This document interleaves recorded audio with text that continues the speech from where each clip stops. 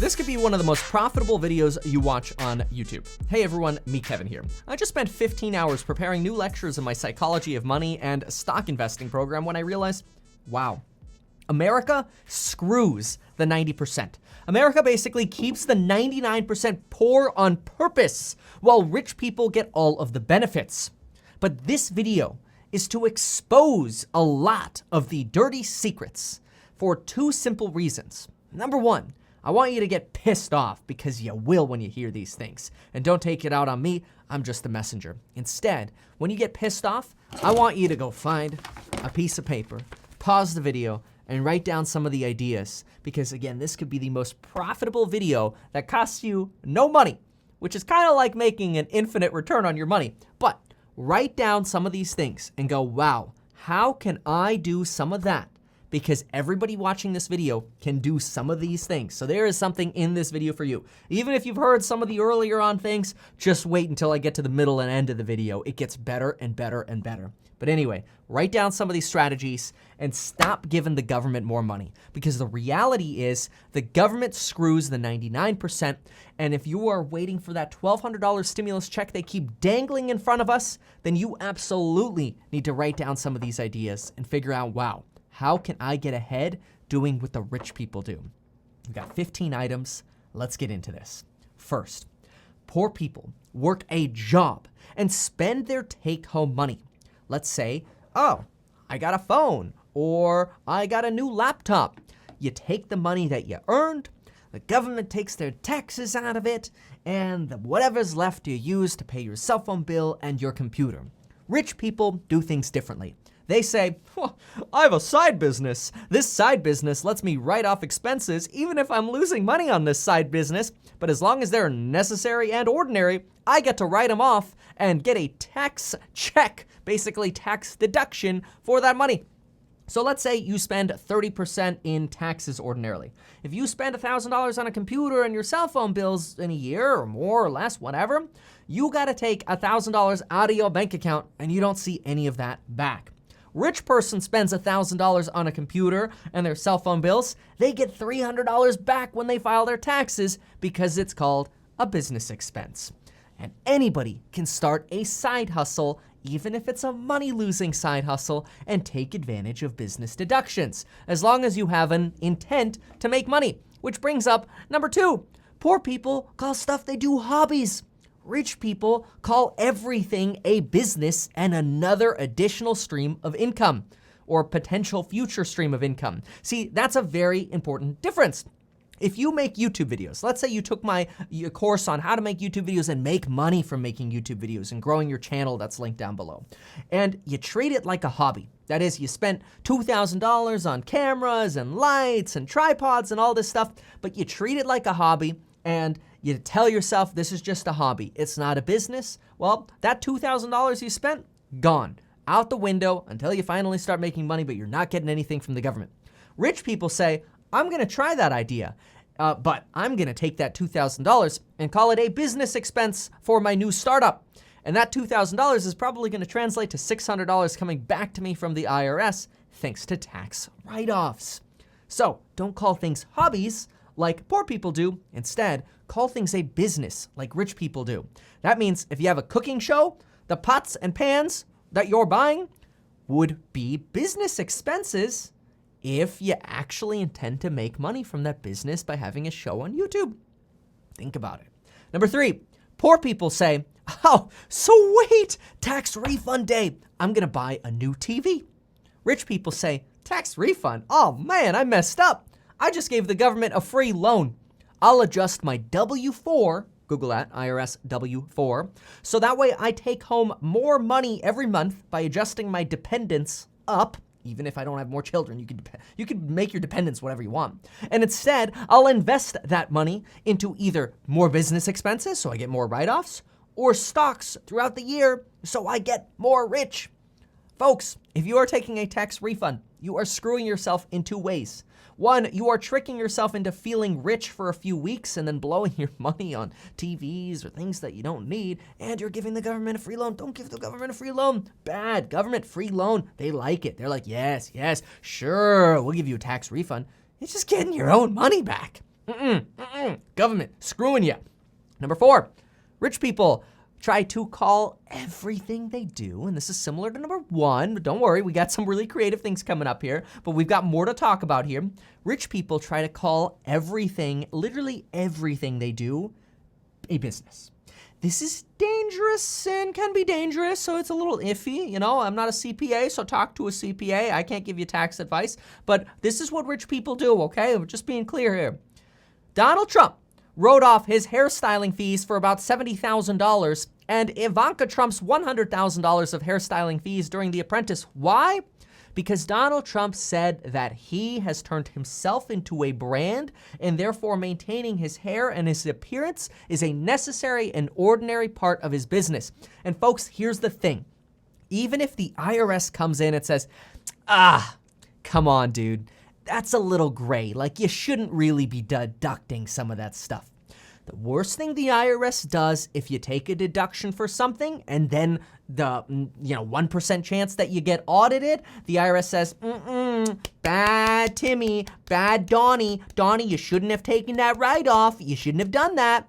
You pay a little bit of a penalty and you pay the tax on it. It's not that big of a deal. Now, on the other hand, if you hide income, you're a criminal and you go to jail. That's bad. That's tax fraud. See the difference? See what, like, the difference between rich person and criminal is? It's pretty gray. I'm telling you, like, think about this stuff. Anyway, and I'm not saying break any laws. This is just simply rich versus poor. How America screws you. That's all I'm doing. I'm not encouraging anything illegal. Don't do anything illegal. Do not do anything illegal. But here's just an example of what some rich people like to do. Let's say some dude takes a $10,000 vacation with his family to Ibiza. And he is a day trader, so he shares photos on Instagram of him with his laptop day trading. Yay, look at me, I make money while I'm vacationing in Ibiza. I set my call options and my stride, boom. Now all of a sudden, this person might be promoting their day trading course or their day trading book or whatever it is. They're selling the lifestyle of a day trader, which might be a necessary and ordinary advertising expense for a day trader. And boom, all of a sudden, this person just wrote off a $10,000 business expense against their income. Whereas the poor person spends $10,000 on vacation they saved up for and they don't get any discount from the government. Again, poor people get screwed, rich people get richer. Number 5, poor people oftentimes are more likely to be tenants. Rich people, and I know this one gets debated a lot, but listen to some of the benefits. Rich people buy real estate to lose money. And nobody wants to lose money, right? But right, folks, remember, I said lose money. And there's a very important distinction. See, losing money is stupid, but losing money is smart. Quick example. Let's say you bought a 4-unit rental property and you live in one of the units because you buy real estate under market value like I teach in my real estate investing course. Your tenants altogether pay you $1,000 each. That works out to $36,000 a year. Okay, well usually if somebody writes you a check for $36,000 a year, you have to pay taxes on that money. It would be illegal not to, right? Right. But rich people know they can take a host of deductions against that income. Property taxes, insurance, maintenance, management, utilities, reserve money they spend, interest, unlimited amounts of interest on their rental properties, all a tax write-off. But on top of those actual expenses, they also get to tell the IRS, oh, but IRS, I'm depreciating the property. The property, it's losing value over time, which means they could tell the IRS they're actually losing money on paper while at the same time they're actually socking away loads of cash, paying off their debt every single month with their tenant's money, and the landlord gets richer and richer controlling an appreciating asset while the tenant pays down the property for them and all of the costs associated with it. Rich people control assets that go up in value and take advantage of tax benefits when they buy stuff that doesn't go up in value. Phone? Business expense. Real estate? Oh, man, it keeps losing money. I don't know what's going on, IRS. Instead, the tenants have the mentality of, oh, but landlord, I need a new stove. It's broken. Landlord has to buy a new stove. Sucks for the landlord. I don't have to spend that money. It's like a concierge service. They come in and put a new stove in.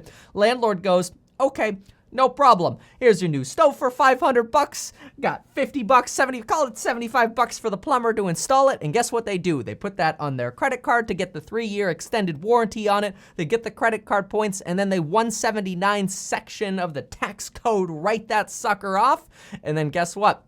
They just got another write-off, and they're laughing their way to the bank because you just gave them another opportunity to shelter income while they improved their property and took discounts on that as well.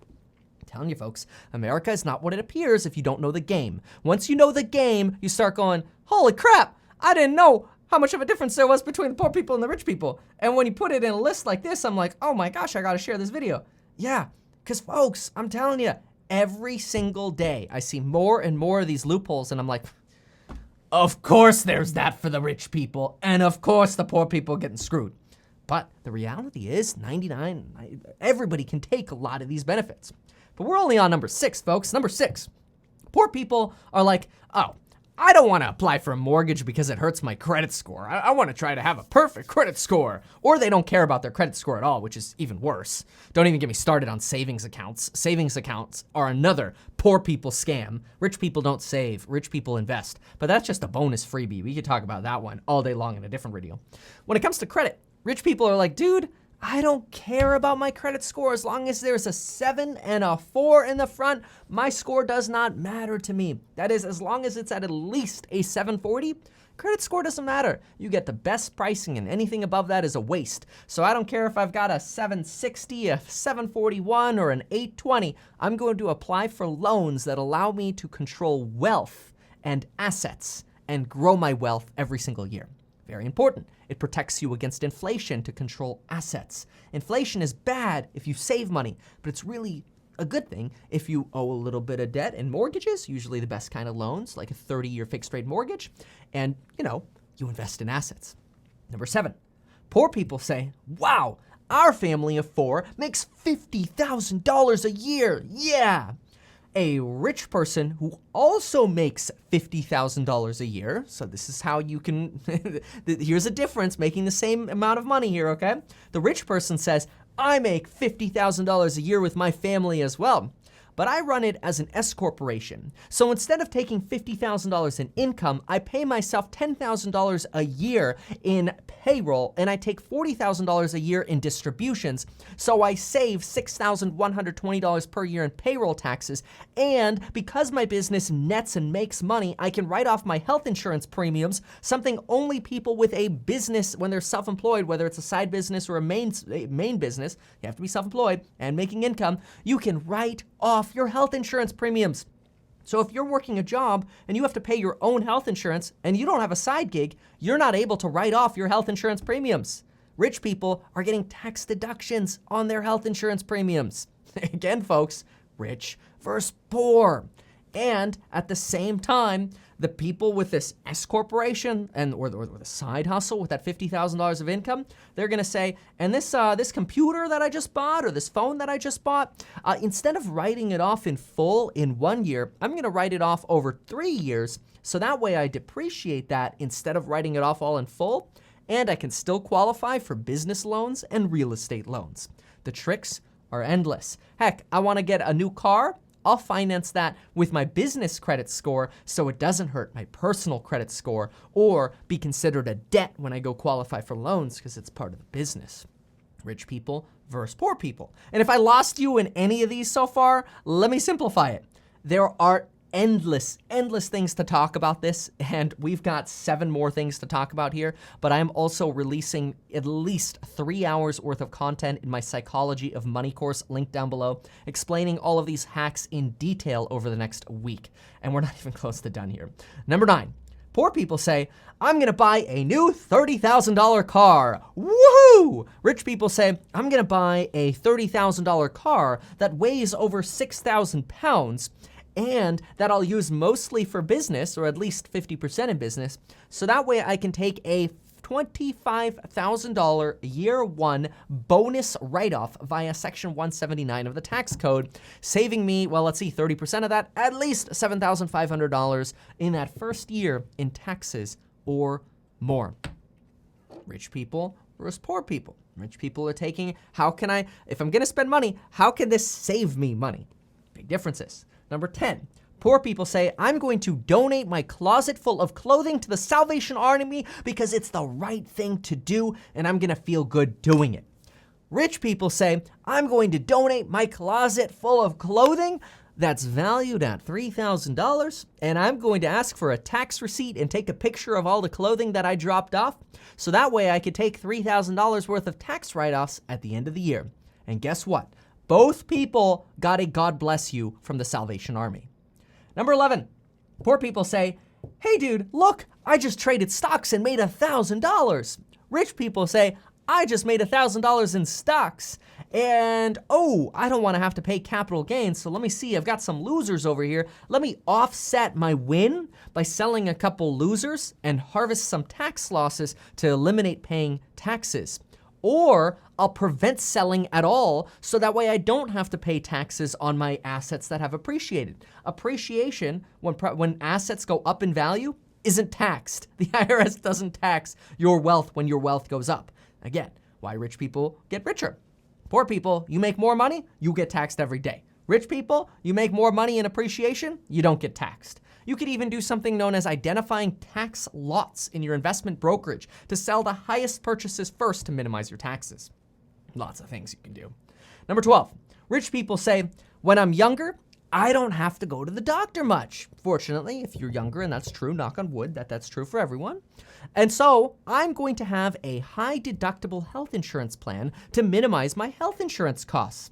That'll allow me to fund an HSA, which means I get to write off $3,500 in contributions against my taxes towards my health expenses in the future every single year. And this is on top of being able to write off your health insurance premium if you've got a side hustle. And wait for it, your medical expenses that you pay from that account are not taxed either. So here's just an example. Poor person goes to the doctor, gets a $500 procedure, boom, they just lost $500. Came out of their bank account, gone. Rich person says, well, I got an HSA. I'm gonna put $500 in this account and I'm gonna invest it into, say, Tesla stock. And oh, great, now it's worth $1,000, let's say.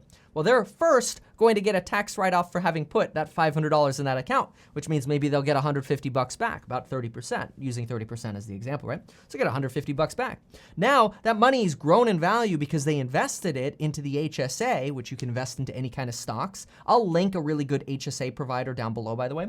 Anyway, now they take the gains on their stock and spend that money on the $500 procedure, and they're not taxed again. It's literally like combining and gaming the retirement system. Tax deduction up front, no taxes on gain, boom, you're making bank. Anyway, my favorite HSA is linked down below. If you click that link and open an account, they'll actually, any money that you fund into it just goes into a TD Ameritrade and you can invest it into anything you want. It's really cool. It's so easy to set up. Check it out. I love that. And I haven't pitched that on my channel in like 6 months, but I really should mention that more because it's like really cool. You gotta have an eligible health plan though, so make sure you have a high deductible health plan. Anyway, number 13, poor people are like, my boss lets me contribute $19,500 to my IRA, but I don't got that kind of money to put aside. I don't even want to put aside $1,000. Rich people are like, hello, first of all, if your boss gives you any match at all, contribute every dime you have because that's literally like doubling every dollar you're contributing depending on the match your employer gives you. Then rich people who are employees or self-employed do something cool known as setting up a side business that makes money. And then they open up a SEP IRA and they can contribute 20% of their income up to an additional $57,000 on top of whatever the heck your employer gave you. So that means rich people who work for, say, Google and who also have, let's say, a side hustle that makes money, they could invest in their employer's 401k and their own SEP IRA and basically invest a ton of money, all tax deductible if they want, and maximize their employer match. And they could even do the additional $6,000 via a traditional 401k if you don't have another boss, no matter what. And you could just roll that over into a backdoor Roth. Boom. I'm telling you folks, write some of these things down. There are endless ways to make money here. But here's another one. People are like, oh my gosh, I make $1 million a year and I'm gonna get taxed a lot over the next few years, maybe. Well, there's something cool known as the defined benefit plan, where let's say a millionaire runs a business and maybe they spend $500,000 buying computers and business travel and business expenses and all that stuff. So then they have this $500,000 of taxable income. And then they say, hey, I'll create a defined benefit plan and I'll put $500,000, $250 for my wife and $250 for me. You have to pay payroll taxes on this, but it's okay. And we will invest that into our future via a defined benefit plan. And the government will give them a big fat $500,000 tax write-off for investing. Yeah, that literally means rich people, they laugh at the $6,000 for your traditional IRA. You go, here's a defined benefit plan. You could contribute up to $250,000 tax-free. Now, obviously, at some point in the future, when you retire, you pay taxes on the withdrawals. But you look at that, it's like the amount of deductions you could get up front with some of these options in America is absolutely insane. Poor people are investing without getting incentives for investing. Rich people are investing and making money investing and getting incentivized to invest. It's insane. It's not fair. Then you even have some rich people who just declare whatever angel investment they made a total loss with no expectation of ever getting money in the future, and they just take a write-off for that. Number 14, rich people be like, I'm gonna invest in real estate to lose money, quote unquote. And I'm doing real estate so much now that I'm going to call myself a real estate professional. Oh, that means I can literally now write off unlimited passive income losses against my active income. Poor people be like, wait, but I thought there was a limit to how much I could write off with real estate depreciation and passive losses. Rich people be like, real estate pro, the game's rigged.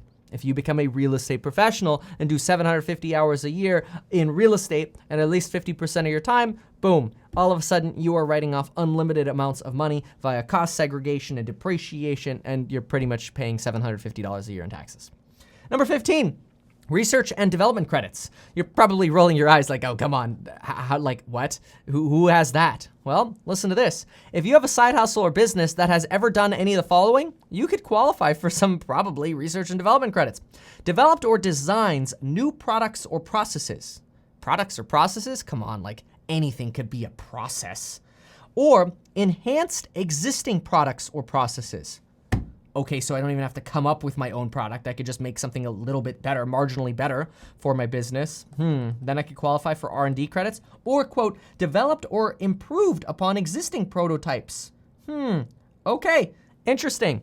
Now, you're in business and you might be able to write off 20 to 25% plus or minus for research and development credits on top of being able to write off the expense itself. Yeah, boom, now you're in business. Folks, this is why you might wanna check out some of the courses I have down below, because when it comes to making money, I spend all day long trying to find out all of these things when it comes to how to make money efficiently in real estate, how to make money efficiently with stocks and the psychology of money, and how to make money on YouTube. Thank you so much for watching. If you have appreciated this, please consider sharing it, and folks, we'll see you next time.